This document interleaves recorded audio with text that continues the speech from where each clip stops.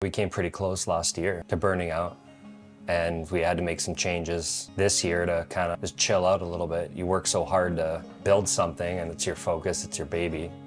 So for me, not burning out is making sure I'm taking enough time throughout the course of the work week. That could be something as small as taking that hour lunch and just dedicating it to yourself, right?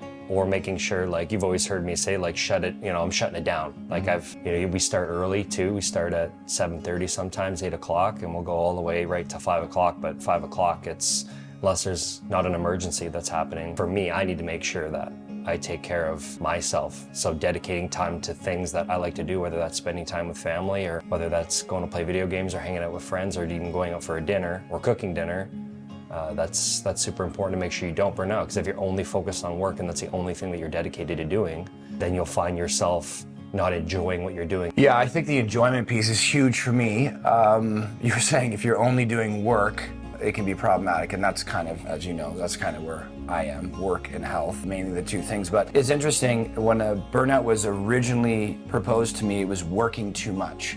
And when I looked at other things in my life that I was really good at, I did them a lot. It could be video games, it could be health, it could be whatever, like things that you could argue I started to get obsessed with. So then it really transitioned from, it's no longer the amount of time that I'm doing the activity that leads me to burnout, it's how I feel about it. What's my mindset about doing this thing? Like if you got me to, take out garbage for 10, 12 hours a day, it would feel like I just couldn't do it. But if I'm enjoying something, if I'm building something that affects more than me, it's greater than me, like purpose driven. If I have a purpose infused into something, I find myself being able to carry for long durations because, like you said a moment ago, I'm enjoying the process. So I've had work before, especially landscape, hardscaping. Those 12-hour days just kicked the shit out of me, and I just went home, slept, and repeated 4 or 5 months of that, and you have no life. Whereas the work I do, we work from, sometimes, like you said, 7 or 8 to 5 or 6, but then I study in the morning, and I often study at night because I'm interested. That's where my curiosity goes. So I feel like if you're driven by curiosity and you're purpose-driven, those two things alone really reward the brain and just make life extremely enjoyable.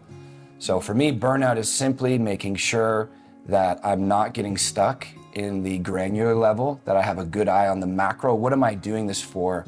How does this impact my life now and long term? And as long as it's checking a few boxes, is it making me a better human? And is it impacting the people around me? Like, am I making the world a better place? I'll go 12, 14, 15 hours for many weeks at a time. And I don't know, I chalk up my life to being pretty good after all that.